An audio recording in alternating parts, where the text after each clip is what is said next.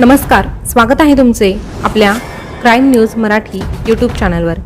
आज पुन्हा एकदा एक नवीन थरारक घटना घेऊन तुमच्यासाठी सज्ज झालो आहोत। आजकालचं हे कलियुग आहे आणि ह्या कलियुगामध्ये विविध प्रकारच्या घटना घडत असतात।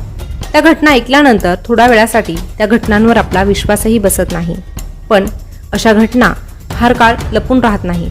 सोशल मीडियाच्या माध्यमातून घटना इतक्या लवकर लोकांसमोर येतात की लोकांचा अशा घटनांवर थोड्या वेळासाठी विश्वास बसत नसला तरीही ते सत्य आहे हे लोकांना मान्य करावंच लागतं। आणि माणुसकीला काळीमा फासणाऱ्या जेव्हा घटना डोळ्यासमोर येतात तेव्हा कोणावर विश्वास ठेवावा की नाही हा सवाल देखील मनामध्ये निर्माण होतो।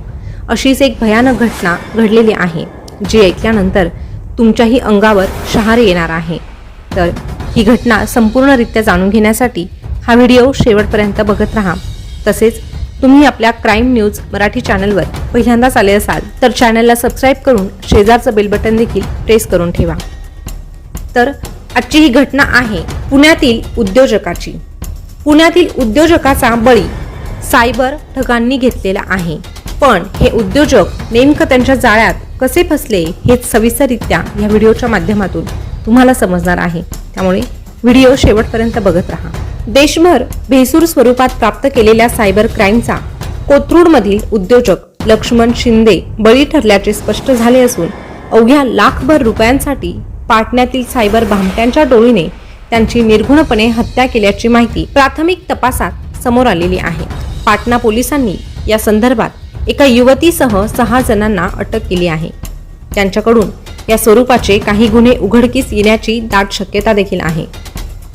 तर उद्योजक शिंदे यांचा बिहारमधील घोसी पोलीस ठाण्याच्या कार्यक्षेत्रात शुक्रवारी दिनांक 11 एप्रिल 2025 रोजी निर्घुणपणे खून करण्यात आला। भंगार मालाचे 100 कोटींचे टेंडर मिळवून देण्याचे आमिष दाखवून भामट्यांच्या या टोळीने त्यांना जाळ्यात ओढले।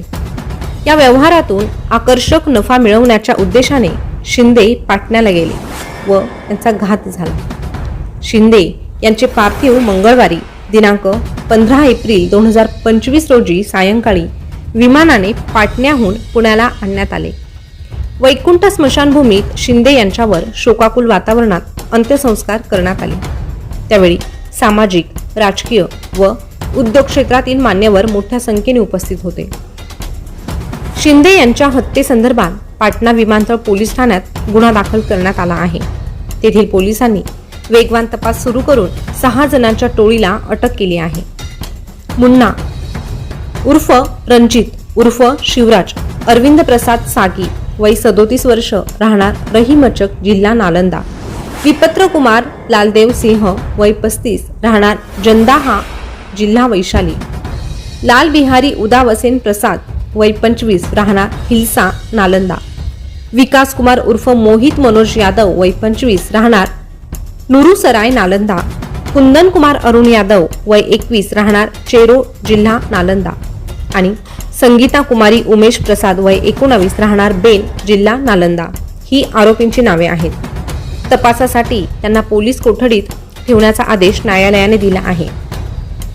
त्यांच्याकडून एक सॅन्ट्रो कार, एक स्कॉर्पिओ, एक आयफोन, 5 स्मार्टफोन, एक टॅब व एक बटनाचा मोबाईल जप्त करण्यात आला आहे, अशी माहिती पाटणा विमानतळ पोलीस ठाण्याचे पोलीस निरीक्षक संतोष कुमार शर्मा यांनी दिली आहे। शिंदे 1993च्या COEPच्या बॅचेसचे अभियंता। महाविद्यालयीन शिक्षणानंतर त्यांनी छोट्या मोठ्या नोकऱ्या करत स्वतःचा कारखाना सुरू केला। त्यानंतर मोठ्या कष्टाने त्यांनी खेड शिवापूरजवळील कासुर्डीमध्ये रत्नदीप कास्टिंग या नावाने मोठा कारखाना उभारला। या कारखान्याच्या कामामध्ये ते अहोरात्र व्यस्त असत। त्यांची काही दिवसांपूर्वी बिहारमधील कथित उद्योजकांशी ओळख झाली। त्यांनी शिंदे यांना झारखंडमधील कोल इंडियाच्या मालमत्तेच्या 100 कोटींच्या भंगाराचे टेंडर देण्याचे आमिष दाखवले। या व्यवहारात त्यांना चांगला नफा मिळेल या उद्देशाने शिंदे त्यांच्या संपर्कात होते।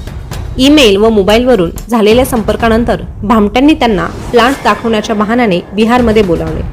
दरम्यान कोथरूड पोलिसांनी पाटणा पोलिसांशी संपर्क साधून शिंदे बेपत्ता झाल्याचे कळवले। त्यानंतर पाटणा, नालंदा व गया या पोलीस ठाण्यांच्या पथकांनी शिंदे यांचा शोध सुरू केला। पाटण्याजवळील जेहानाबादमधील घोसी पोलीस ठाण्याच्या परिसरात शनिवारी 12 एप्रिल रोजी एक अनोळखी मृतदेह पोलिसांना आढळला। तपासाअंती तो मृतदेह शिंदे यांचाच असल्याचे स्पष्ट झाले। त्यानंतर पाटणा पोलिसांनी केलेल्या तांत्रिक तपासात सायबर भामट्यांच्या टोळीने पद्धतशीर कट रचून ही हत्या घडवून आणल्याचे स्पष्ट झाले। या टोळीने या स्वरूपाचे अनेक गुन्हे केले असावेत असा पोलिसांचा अंदाज असून त्या दृष्टीने पाटणा पोलिसांनी तपास जारी केलेला आहे। उद्योजक शिंदे मूळचे मारुळी, तालुका मंगळवेढा, जिल्हा सोलापूर गावचे रहिवासी।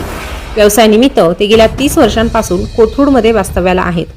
पत्नी रत्नप्रभा, मुलगा अमेय व मुलगी आदिती असे हे चौकोनी कुटुंब शांत व मनमिळावू परिवार म्हणून या भागात परिचित। अमेय इंजिनिअरिंगचे शिक्षण घेत असून आदिती नुकतीच MBA झाली आहे। शिंदे यांच्या आकस्मिक निधनाने त्यांच्या कुटुंबियावर दुःखाचा डोंगर कोसळला। तसेच या कर्तृत्ववान व्यक्तिमत्वाचा करुण अंत झाल्याने स्थानिक नागरिकांनी हळहळ व्यक्त केली आहे। पण या जाळ्यामध्ये शिंदे कसे फसले हे देखील आपण अगदी थोडक्यात जाणून घेऊया। तर उच्च शिक्षित असलेले व व्यवसायाचा गाढा अनुभव पाठीशी असलेले शिंदे सायबर भामट्यांच्या आमिषाला कसे बळी पडले हा प्रश्न त्यांच्या निकटवर्तीयांना सतावत आहे। बिहारमधील भामटे व्यवसायाचे आमिष दाखवून बोलावून घेतात आणि एवढ्या मोठ्या व्यवहारासाठी शिंदे एकटेच तेथे जातात हे सहजासहजी पचटी पडणारे नाही। सायबर भामट्यांच्या या जाळ्यात स्थानिक कोणी मध्यस्थी केली होती किंवा यामध्ये स्थानिक लोकांचा समावेश आहे का याबाबत देखील तपास सुरूच आहे आणि त्याबाबत उलगडा देखील होणारच आहे अशी माहिती पाटणा पोलिसांनी दिली आहे। मधाळ आवाजाच्या महिलांचा वापर करून सायबर भामटे जाळ्यात ओढत असल्याने हनी ट्रम्पचे अनेक प्रकार यापूर्वी उघडकीस आले आहेत। त्याचबरोबर मोठ्या व्यवसायांचे, आकर्षक पगाराच्या नोकऱ्यांचे, ऑनलाईन कामांचे आमिष दाखवून सायबर चोरटे मनी ट्रॅपद्वारे फसवणूक करत असल्याचे दररोज किमान 2 ते 3 गुन्हे पुणे शहरात दाखल होतात। देशात या गुन्ह्यांचे सर्वाधिक प्रमाण महाराष्ट्रात असल्याची नोंद नॅशनल क्राईम रेकॉर्ड ब्युरोने केलेली आहे। आणि दररोज हे सायबर चोरटे भोळ्या भाबड्या लोकांना अशाच पद्धतीने फसवत आहे आणि लाखो करोडो रुपयांचं नुकसान करत आहे। तर मिळालेल्या माहितीनुसार 2024 या वर्षात सायबर भामट्यांनी तब्बल 811 कोटी रुपयांची फसवणूक केलेली आहे। तर ही घटना ऐकल्यानंतर तुमच्या प्रतिक्रिया काय आहे हे देखील कमेंटद्वारे कळवा आणि अशाच नवीन ताज्या घडामोडी आपल्या crime news Marathi YouTube channel पाहत रहा। धन्यवाद।